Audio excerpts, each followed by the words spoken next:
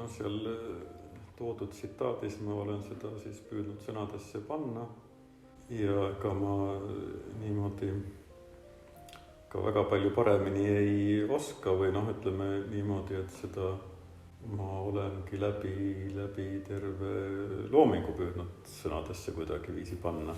seda sama tunnet või noh, see ei ole ka, see ei ole ainult tunne, see on mingisugune äratundmine ja noh, sellest rääkimiseks ei pea üldse rääkima tingimata taevast või avarusest endast või hoopis millestki muust, noh, seal on sellest nagu otsesemalt juttu, aga tõsi on see, et ütleme minu jaoks selline inimliku maailma niisugune virvendus ja suhtlus ja sebimine ja arutamine ja kõik see, mida peetakse kole tähtsaks ja puhutakse suureks ja et see nagu ei ole tähtis ikkagi. Aga mis siis tähtis on, et see on kole keeruline. Samal ajal me elame ju kõik siin inimestena oma väikest elu ja oma väikeste probleemidega ja see kõik on tähtis. Kust süüa saada ja kust raha saada ja mis meie ümber toimub ja mis saab sellest riigist ja ühiskonnast ja see kõik on tähtis, aga samas nagu pole kah, et on ikkagi miski veel tähtsam ja selle veel tähtsama nägemiseks kuidagi peab selle nii-öelda tähtsa kõik ära unustama või täiesti kõrvale jätma. Ja noh, selleks aitab võib-olla see looduse suurus looduses, noh, mida me nimetame looduseks, ütleme siin mere ääres metsas olemine, see vaikus, mis seal on ja noh, mis kõige suurem on siin keset Hiiumaad seal metsades, mida ma olen kogenud, selline füüsiline vaikus ja mingi selline rahu mull omamoodi. See on hästi huvitav kogemus seal keset saart nende metsade keskel, et sa kuidagi tõesti oled nende rüppes või süles. Või siis noh, visuaalselt sellele vastab jah, selline noh, see taevas, kus nagu midagi ei ole peale pilvede ja valguse ja või siis meri. Noh, just nimelt, et seal ei ole midagi, siis see justkui võiks juhtida sind sissepoole või noh, see väline on nagu pilt mingisugusest või suund kuskile sisse ja noh, see väline sisemine inimese jaoks, seda on nagu lihtne öelda, no mis see sisemine sees on meil, teadagi, mis seal sees on, liha, veri ja soolikad ja nii edasi, et see ei ole ju see, et see sisemine teises mõttes, see tähendab ju tegelikult ka kogu maailma, mis on siis meie teaduses, et ka kõik see väline kuulub sinna sisemisse.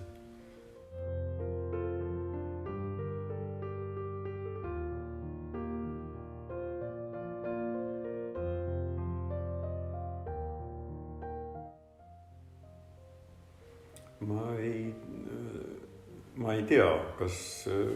inimesel siin maailmas üldse on enda kohta või on see ikkagi alati unistus või mingisugune kujutlus. Minu meelest inimene on nagu oma olemuselt korraga on temas, noh, ta on üldse, inimese olemus ongi selline vastuolu, et kõik on temas kuidagi nii ja vastupidi. Ja ka selle kodu ja paiga suhtes on, et ühtepidi inimene on selline paratamatu rändur ja minema kippuja ja nomaad, aga teistpidi on ta suur kodus istuja ja kodu igatseja.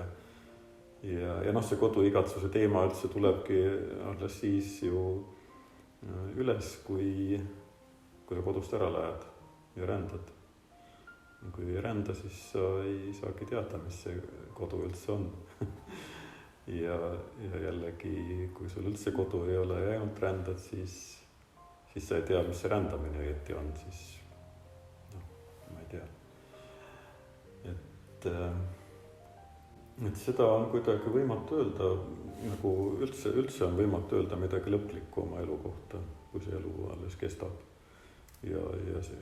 öelda saabki senikaua, kui ta kestab, nii et ikkagi lõpuks ei saagi midagi lõplikku öelda. Et see nüüd on, kui on veel mõni minut elada, siis ei tea ju, mis siis on, mis see koht on. Aga teine asi on see, et lihtsalt elul on mingisugune kestvus ja pikkus ja need aastad, mis on ühes paigas möödunud, need sind kuidagi kujundavad, see paik jääb sinusse igal juhul ja need ei saa olla lõpmata palju, neid kohti niisamuti kui neid inimesi, kes sul väga olulised on elu jooksul. Et jah, ja see on kah ikka alati ka natukene vastuoluline, eks see kodupaik on ka mingil hetkel ahistav ja jälle see sama ja siis tahaks sealt ära ja siis kui saad ära olla, siis on hea tagasi tulla ja näha, et ongi kõik see sama, see on nii tore, et ei olegi midagi muutunud.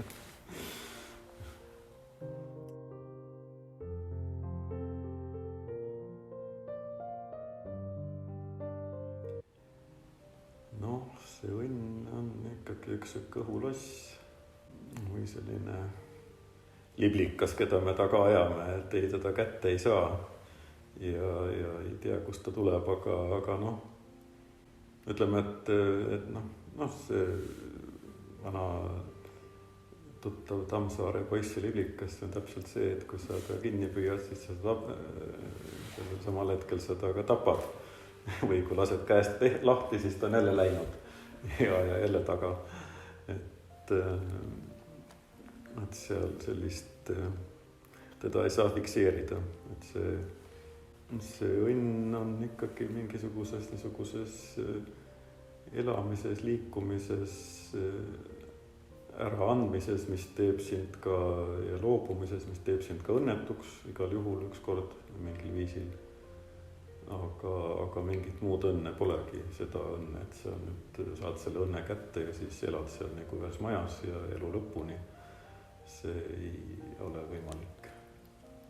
Et mingil viisil see õnn on ikkagi ainult hetkeks ja siis sa pead ta lahti laskma või siis ta võetakse sul käest ära ja siis sa alles näed, kui õnnelik sa olid. ja saad siis seda taga nutta, aga ta on ka miski, mis